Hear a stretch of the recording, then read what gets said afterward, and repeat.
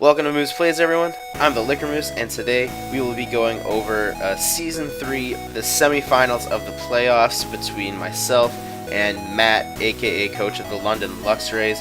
This is the second time we've faced him in the playoffs since we have a double elimination bracket. It's very simple here. The winner goes to the grand finals, and we'll have to face off against Mike. They'll have to win twice if they want to win, though, and the loser of this match goes home. So we really want to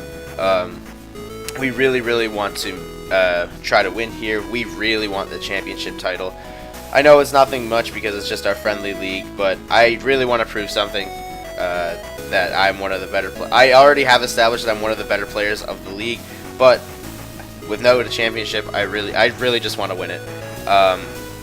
So I did upload a team builder yesterday, and that should tell you why I'm bringing each mon that I'm bringing and what his big threats are. But just as a quick rundown, we are running Power Up Punch, Last Resort Lopunny, a specially defensive stall breaking Heatran, a speedy bulky stall breaking Whimsicott, a physically defensive Seismitoad, a Choice Scarf Azelf, and a Calm Mind Moonblast Florges. And looking at Matt's team, he brought the Ariados, Drapion, the Thunderous Therian, Mamoswine, Cobalion, and the Chestnut. And the big thing to note is no Blastoise, and that's really bad for my prep. A lot of my Pokemon, mostly the Florges, hinged on the fact that I thought Matt was going to bring Blastoise, and unfortunately he did not. I guess this sort of makes sense because Seismitoad just eats up the water attacks, and Blastoise can't really hit him back with the Ice Beam all that hard. But another big problem for me is that he actually did bring the Ariados this time. And because we're still in Sun and Moon with this league, and we haven't entered into Ultra Sun, Ultra Moon yet, I only have one Defogger, and I didn't bring it, which is the Skarmory.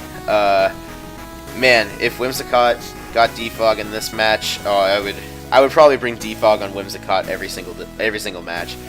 Prankster Defog just seems way too good. But anyways, I am getting on a bit of a tangent. I need to look at the lead matchups for this match. Like I said in my team builder, he brought the Ariados, so I pretty much fully expect him to lead Ariados, so I need to lead with my counter lead to the Ariados lead, which is my Heatran, so I throw him out there. But as you can see, Matt actually leads with his Drapion, and that's not that great, because now I don't really know when he's going to send out the Ariados, and I cannot taunt him to stop the sticky webs now.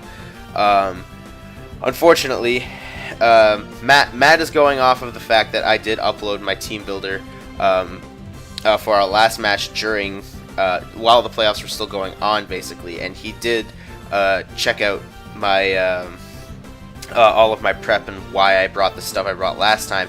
And I pretty much said in that team builder the exact same thing about how if he brings Ariados, I expect him to lead it, and that is basically why he did not lead the Ariados.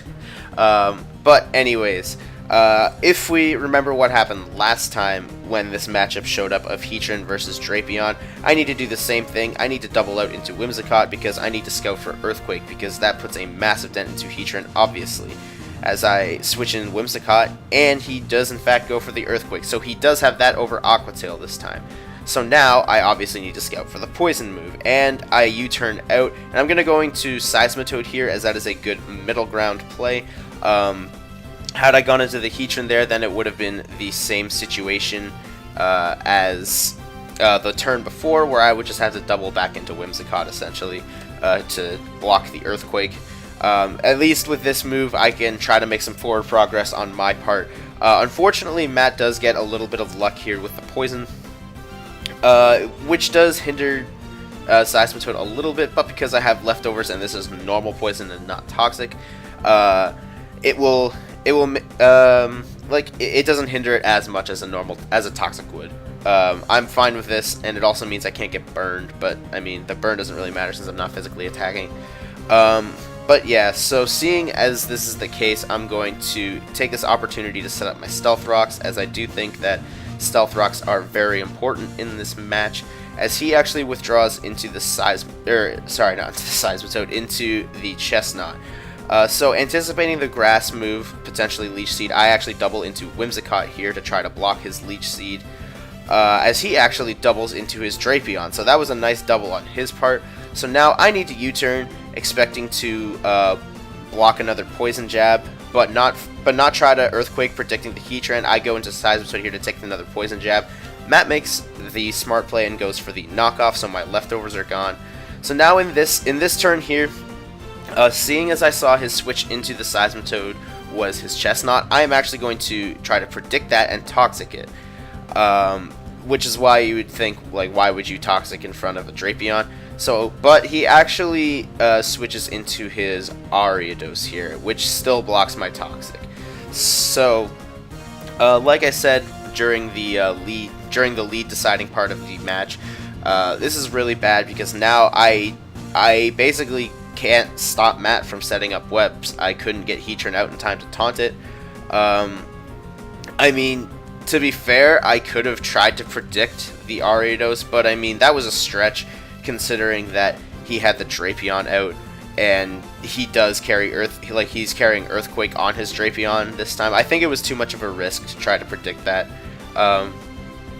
Obviously it's a misplay for the match, but at the same time, there wasn't a whole lot I could do to properly predict the Ariados coming in. So now I just need to try to make the best of this situation with basically before webs go up. And pretty much the best way I can do that is to go out into Azelf here, as Fire Punch can kill from here, can kill the Ariados from here, and then can 2-hit KO the Drapion afterwards when he sends it in and tries to Pursuit Trap me. So that's my goal here. I'm going to withdraw into Azelf as he does click Sticky Webs here. I click the Fire Punch, and obviously I knock out the Ariados.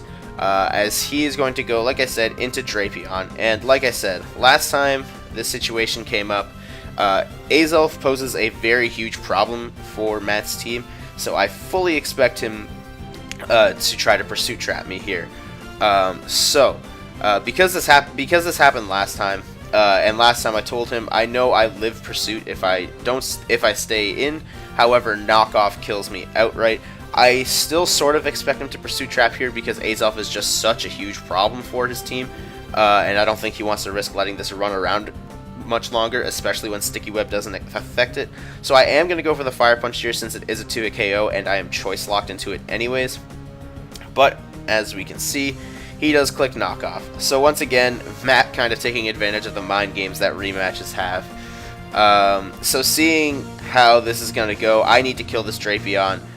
It's just been a huge pain in the ass for my team. He sets up the Toxic Spikes because of course he does. I go for the safe Scald in case he decides to switch out into something else and try to set up. I can catch a burn on something or something like that. And he goes out into Cobalion, and with the Sticky Webs up, I actually realize, wow, this Cobalion, if it is offensive, is a huge threat. So I have one of two options. I could stay in. Well, I kind of have three options. I could switch out trying to predict an attack, but if he sets up, it's basically game. So I don't want to switch out because if he sets up, it's game. So I decide my two other options basically are just either Scald him and try to fish for a burn, or Earth Power to try to either get a defense drop or to basically just crit. In hindsight, I do think the Scald would have been better in case he still sets up either way, but I do end up going for the Earth Power here, trying to kill this because I know how big of a threat this actually is right now. So basically, I wanted to try to kill this because this is presenting to be a very, very, very large threat at the time.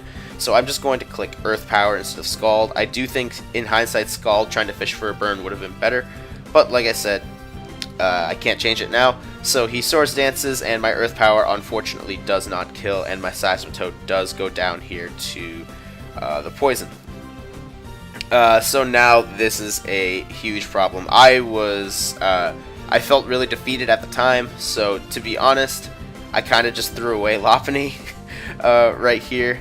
In hindsight, what I could have done was, in hindsight, what I could have done was go into Whimsicott and encore him into Swords Dance, and I think that probably would have been a better play, as that would force Cobalion out, and then I would have gotten momentum on a U-turn. However, I'm not really sure how the game would have progressed from there, as just simply because none of my Pokemon can outspeed as Thundurus anymore either. So I do think Thundurus takes big advantage of my team in that sense. I didn't check his Thundurus spread, but I mean, all he really needs is Thunderbolt. He doesn't even need Thunderbolt, actually. He just needs Focus Blast and Sludge Wave. And even then, I actually don't think any of my Pokemon can outspeed Mamoswine here. It's really not looking good for us. So that was one thing I could have done. What I end up doing, though, is I go into Lopunny here, force him to click Close Combat, and then I'm going to encore him into Close Combat, as I know my Florges can live a Close Combat hit and then knock it out with Moonblast after. So that's what I do here. Unfortunately, don't get to reveal that I am Power Up Punch Last Resort once again, as I'm too slow to do so. So once again, I will try to make my plan work again of encoring him into Close Combat, as we see here, but that does way too much damage to Whimsicott. Whimsicott's not living another one, unfortunately. I go for the knockoff because I don't know what his item is yet, and I don't really care that he would get the Justify boost, but I'm too slow anyways. So my Whimsicott goes down, and now I go into Florges, which I know can live a hit. But what I don't know if it can live, actually, is, wait for it, a Z Close Combat. And what I actually didn't know is that if you get encored into your move, you can still use a Z move of it if you have a Z Crystal. I actually didn't know that. That's cool to know. But anyways, Moonblast comes in, but unfortunately, the damage is done. Mamoswine, Matt learned his lesson from last time. There's no way he's not running speed on his Mamoswine this time, as he clicks Earthquake and can click Earthquake from here to knock out my Heatran in one shot, and that is GG to Matt. And unfortunately, once again, Team Bump and Dump ends in 3rd place for this league. Obviously, good game to Matt. It was a very hard-fought season for him, especially for him. He was one of the wild card spots, actually. He wasn't even if we just did a top 8, he actually wasn't even in. I think he was in 9th. He was either in 8th or 9th. I don't remember. But yeah, he won the wild card game against Tyler to make it into the 8th spot of the playoff bracket, and now he's going to the grand finals. So good on him. Unfortunately, my team did not perform as well as I thought it would. Some of the sets, mostly the Florges set, was pretty much dependent on him bringing Blastoise, and he didn't bring it. And I know that's really bad kind of prep, really, to do that, especially in a semifinals game like this. I don't know. It was just, I don't really have an excuse, and I could try to make one up, but then that would just be me making up an excuse. What can I say? I mean, I just lost this game. It's unfortunate because I really wanted to win, but on the flip side of it, it makes me even more hungry for a championship next year, which I am really looking forward to. As of recording and when this will go up, this will probably go up somewhere mid to late February, I have to guess. And right now, it's looking like Season 4 will the draft will probably happen in late April once again, like in Season 2, and we will probably be doing a Summer League from May to August, is what it's looking like right now.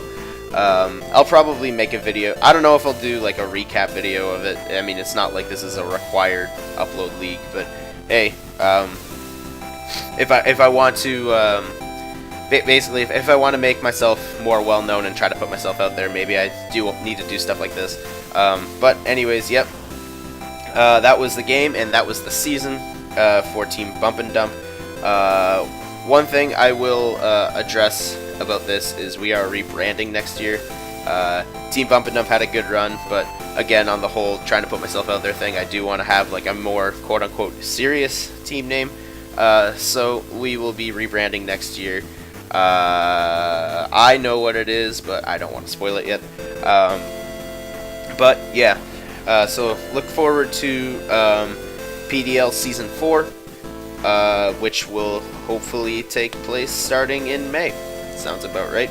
Yeah, alright. So keep your eye on the channel for whenever PDL Season 4 starts. Maybe I'll make an announcement video for it or something. But yeah, thanks for watching, and we'll see you next time.